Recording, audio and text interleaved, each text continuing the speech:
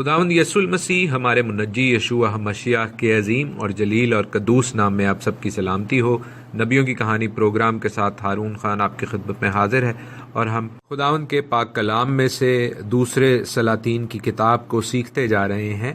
تیسرے باب پر ہم موجود ہیں اور اس سلسلے کی آج دوسری قسط ہے، سیکنڈ کنگز چیپٹر 3 ایپیسوڈ 2۔ عزیزو، جوں ہم کلام میں آگے بڑھ رہے ہیں، کلام کو سیکھتے جا رہے ہیں، تو ہم اس بات میں بھی آگے بڑھ رہے ہیں کہ خداوند تعالیٰ اپنی کتاب مقدس سے، اپنے کلام سے ہمیں کیا پیٹرنز، کیا ماڈلز، کیا طریقے سکھانا چاہتا ہے جو ہماری زندگی کے لیے مشعل راہ ہوں، جو ہمیں ٹھیک راہ پر چلائیں اور غلط راہ سے باز رکھیں۔ مختلف کہانیاں، واقعات، معجزات پڑھنے کا مقصد صرف ان کو سننا نہیں ہے، بلکہ ان سے سبق سیکھنا ہے، ان سے اپنی رہنمائی، گائیڈنس حاصل کرنا ہے۔ چیپٹر کے حوالے سے میں نے آپ کو کل بتایا اور سکھایا کہ یہ اسرائیل، یہودا اور ادوم کی مشترکہ کلیکٹیو کولیشن فورس کا مواب کے ساتھ لڑائی کا چیپٹر ہے۔ اور عزیزو، یہ لڑائی اس لیے ہو رہی ہے کہ مواب جو ایک ویسل سٹیٹ تھا، جو کہ ایک طفیلی ریاست تھی اسرائیل کی، اس نے بغاوت یعنی ریبیلین کر دی تھی۔ میں نے آپ کو یہ بھی بتایا اور سکھایا کہ انہوں نے، ان تینوں ریاستوں نے جو مواب کی طرف حملہ کرنے کا ارادہ کیا ہے تو وہ صحرا کی طرف سے، ڈیزرٹ کی طرف سے کیا ہے۔ اب آج کے لیسن میں، آج کے پروگرام میں ہم یہ دیکھیں گے اور سیکھیں گے کہ آگے کیا ہوتا ہے۔ 9ویں آیت سے آگے 9th ورس آنورڈز ہم دیکھتے ہیں کہ شاہ اسرائیل اور شاہ یہودا اور شاہ ادوم اپنی فوجوں کے ساتھ نکلتے ہیں اور 7 دن کی منزل کا چکر کاٹتے ہیں۔ They go through a long route. میں نے آپ کو بتایا وہ صحرا کی طرف سے جا رہے ہیں تاکہ موابی جو ہیں وہ ان کو ایکسپیکٹ ہی نہ کریں، اور جب وہ صحرا کا یہ روٹ لیتے ہیں، یہ راستہ چنتے ہیں، تو عزیزو، جو چیز صحرا میں سب سے زیادہ امپورٹنٹ ہے وہ یہ ہے کہ آپ کی فوج ہائیڈریٹڈ رہے، اس کے پاس انف، وافر مقدار میں پانی موجود ہو۔ لیکن ہم یہ دیکھتے ہیں کہ پانی کے جن چشموں پر، جن سورسز پر ان کا خیال تھا کہ انہیں مل جائیں گے صحرا میں سے، وہ وہاں پر موجود نہیں ہیں۔ اس سے کیا ہوتا ہے کہ اس سے شاہ اسرائیل ایک پروکلمیشن کرتا ہے، ایک اقرار کرتا ہے کہ شاید ہم تینوں فوجوں کے لیے یہاں پر صحرا میں مرنا ہی لکھا ہے۔ لیکن ہم یہوشفت کو، جو کہ شاہ یہودا ہے، دیکھتے ہیں کہ کس طرح وہ خداوند کے نبیوں کو، خداوند کی آواز کو سننے کا شنوا ہے۔ That is the difference. یہ چیز ہمیں سیکھنی ہے کہ ہم خداوند کی آواز کو، خداوند کے کلام کو ٹھیک طور پر، مخلص طور پر، صاف طور پر بتانے والوں سے رابطے میں رہیں۔ یہوشفت کہتا ہے، کیا خداوند کے نبیوں میں سے کوئی یہاں نہیں تاکہ اس کے وسیلہ سے ہم خداوند کی مرضی دریافت کریں؟ تو عزیزو، یہ پوائنٹ ہماری زندگی کے لیے بھی اپلیکیبل ہے، یعنی اس کو ہم اپنی زندگی میں بھی اپلائی کر سکتے ہیں۔ اور ہمیں جب بھی ہماری زندگی میں ایسی سچویشن ہو کہ ہمارے پاس ریسورسز، ذرائع موجود نہیں ہیں، تو بجائے یہ کہ ہم پریشان ہوں اور اپنے لیے غلط الفاظ کا استعمال کریں، عزیزو، ہم نے خداوند کی مرضی کو دریافت کرنا ہے۔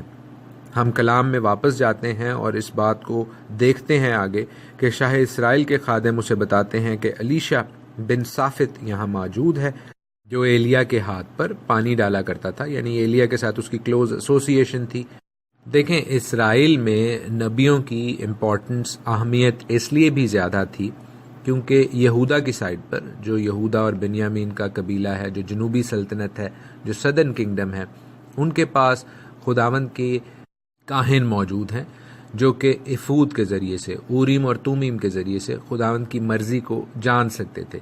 اور بے شک وہاں پر نبی بھی موجود تھے، لیکن عزیزو، یہاں پر یعنی اسرائیل میں، شمالی سلطنت میں، ناردرن کنگڈم میں ایسی سچویشن نہیں تھی۔ تو یہاں پر جو خداوند کے ساتھ کانٹیکٹ کرنے کا، خداوند کے ساتھ بات کرنے کا ذریعہ تھا، وہ نبی ہی تھے۔ 12ویں آیت میں ہم ایک بڑی اہم چیز دیکھتے ہیں، لکھا ہے کہ یہوشفت نے کہا کہ خداوند کا کلام اس کے ساتھ ہے، تو شاہ اسرائیل اور یہوشفت اور شاہ ادوم اس کے پاس گئے۔ یہ اس کے پاس گئے ہیں، انہوں نے الیشا کو نہیں بلایا۔ آئی بلیو، میرا یہ ماننا ہے کہ ان کے ذہن میں یہ بات ضرور ہوگی کہ پچھلی دفعہ جب ایلیا کو بلانے کے لیے انہوں نے 50 سپاہیوں کا جتھا بھیجا تھا، تو ایلیا نے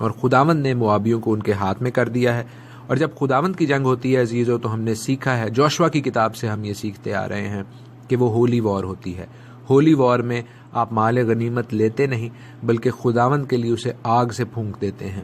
اور جو بھی اچھی چیز ہے اس کو آپ تباہ اور برباد کر دیتے ہیں۔ اور یہی یہاں پر لکھا ہے کہ تم ہر فصیلدار شہر اور عمدہ شہر مار لو گے، اور ہر اچھے درخت کو یعنی پھلدار درخت کو کاٹ ڈالو گے، اور پانی کے سب چشموں کو بھر دو گے۔ اس سے آگے یہ ہوتا ہے عزیزو کہ موابی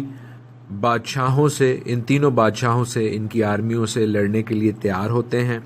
اور وہ سارے اپنی سرحد پر، اپنے ہلی ٹاپس پر کھڑے ہو جاتے ہیں، اپنی پوزیشنز لے لیتے ہیں۔ لیکن خداوند یوں بھی کرتے ہیں کہ اس پانی کو سورج کے ذریعے جب اس ریت پر جو کہ صحرا کی ریت ہے، جو کہ لال رنگ کی ریت ہے، چمکاتے ہیں،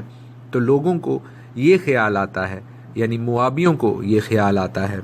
کہ وہ اسرائیلی اور یہودی اور ادومی شاید آپس میں لڑ پڑے ہیں اور وہاں پر خون جمع ہے۔ انہیں یہ پانی اس لال مٹی میں سورج کی روشنی میں خون کی طرح دکھائی دینے لگا، اور وہ نیچے اتر آئے، وہ ایکسپوز ہو گئے، وہ باہر آ گئے۔ اور جب وہ باہر آتے ہیں تو ہم دیکھتے ہیں کہ اسرائیلی اور یہودی اور ادومی موابیوں کو ایسا مارتے ہیں کہ ان کا بھرکس نکال دیتے ہیں۔ زمین کے ہر اچھے قطع پر سبوں نے ایک ایک پتھر ڈال کر اسے بھر دیا، انہوں نے پانی کے سب چشمے بند کر دیے، سب اچھے درخت کاٹ ڈالے، فقط کیر حراست ہی کے پتھروں کو باقی چھوڑا، پر گوپیاں چلانے والوں نے اس کو بھی جا گھیرا اور اسے مارا۔ اب اس ٹائم پہ کیا ہوتا ہے؟ شاہ مواب دیکھتا ہے کہ جنگ اس کے لیے سخت ہو گئی ہے، وہ ایک آکورڈ، ڈیفیکلٹ، مشکل سچویشن میں ہے،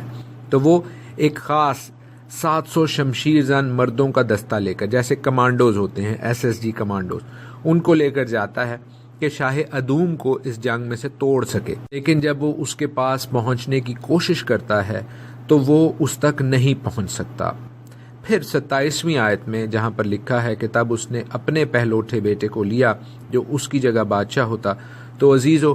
مختلف ٹرانسلیشنز میں یہ چیز تھوڑی ڈیفیکلٹ ہے، اور یہ اس طرح بھی ٹرانسلیٹ ہوئی ہے کہ اس نے اس کے پہلوٹھے بیٹے کو لیا، یعنی ادوم کے بادشاہ کو جس کا ذکر ہو رہا ہے، جو اس کی جگہ بادشاہ ہوتا۔ اور جب اس نے اس کو لیا، اور لکھا ہے کہ اسے دیوار پر سوختنی قربانی کے طور پر گزرانا۔ سوختنی قربانی کیوں؟ کہ سوختنی قربانی وہ ہوتی تھی جس میں پورا برن کر دیا جاتا تھا، جلا دیا جاتا تھا۔ تو مواب خداوند یہوہ کے حضور تو نہیں جلا رہا تھا، اسے اپنے دیوتا خموش کے تھرو جلا رہا تھا، اور یہ کام اس نے فصیل کے اوپر کیا، یعنی کہ اسرائیل بھی دیکھ رہا ہے، یہودا بھی دیکھ رہا ہے، اور ادوم بھی دیکھ رہا ہے۔ اور کہا یہ جاتا ہے کہ ایسی صورت میں چونکہ ادوم کے ساتھ نہایت گروسم، نہایت ظالمانہ، نہایت باربیرین قدم ہوا، تو اس فوج کی ہمت ٹوٹ گئی، اور جب وہ لوگ وہاں سے ہٹے اور واپس گئے تو اسرائیلی بھی وہاں سے واپس گئے، اور یہ جنگ جو ہے وہ موقوف ہو گئی، اس لیے کہ ادومی ڈپریس ہو کر، ڈسٹریس ہو کر، پریشان اور اداس ہو کر واپس جا رہے ہیں کہ ان کا کراؤن پرنس، ان کا ولی عہد مارا جا رہا ہے، اور اسرائیلی چونکہ اپنے ساتھیوں کو دیکھ رہے ہیں کہ وہ واپس جا رہے ہیں تو وہ بھی دل برداشتہ ہو گئے ہیں، چونکہ ادوم کے اوپر جن کا ولی عہد، جن کا کراؤن پرنس مارا گیا ہے، اسرائیل اور یہودا کے لوگ لاجسٹک سپورٹ پر بیس کر رہے تھے، ٹرسٹ کر رہے تھے، ان کا بھروسہ تھا اس کے اوپر۔ لیکن عزیزو بھروسہ انہیں خداوند پر ہونا چاہیے تھا۔ خداوند نے اس جنگ میں فتح کا اندیا، اس فتح کی انڈیکیشن ان کو دے دی تھی، انہوں نے اس فتح کو کلیم نہیں کیا، اور اس فتح کو کلیم نہ کرنے کی وجہ سے ہم دیکھتے ہیں کہ مواب پھر قائم رہتا ہے، اور اسرائیل اور یہودا جن کے ہاتھوں میں یہ ملک، یہ قوم دے دی گئی تھی، وہ پھر ناکام اور نامراد واپس جاتے ہیں۔ کاش وہ اس حقیقت کو سمجھ سکتے کہ خداوند تعالیٰ کی فتح کو کلیم کرنا ہر وقت، ہر حالت میں ضروری ہے، اور یہ ہماری زندگیوں کے لیے بھی ضروری ہے عزیزو۔ خداوند تعالیٰ جب ہمیں کسی بھی جنگ میں فتح کا اندیا، فتح کی انڈیکیشن دے دیتا ہے، تو we need to go till the last step, ہمیں آخری حد تک جانے کی ضرورت ہے۔ خاموش جس کے حضور وہ قربانی گزرانی گئی تھی وہ موابیوں کا خدا تو تھا، لیکن وہ یہوہ تعالیٰ سے بڑا طاقتور اور قوت والا نہیں تھا۔ عزیزو، ہمیں اس بات پر ہمیشہ یقین ہونا چاہیے کہ خداوند تعالیٰ یہوہ رب الافواج، ابراہیم، اسحاق اور یعقوب کا خدا، یسوع المسیح میں ہمارا آسمانی باپ ہمیشہ ان کنٹرول ہے اور ہمیشہ ہمیں فتح دینے پر قادر ہے، بشرطے کہ ہم اس کی بات کو مانیں، اس کی فتح کو کلیم کریں۔ خداوند آپ کی زندگیوں میں اپنی فتح کو، اپنی برکت کو ہمیشہ جاری رکھیں۔ خداوند آپ سب کے ساتھ ہوں، آمین۔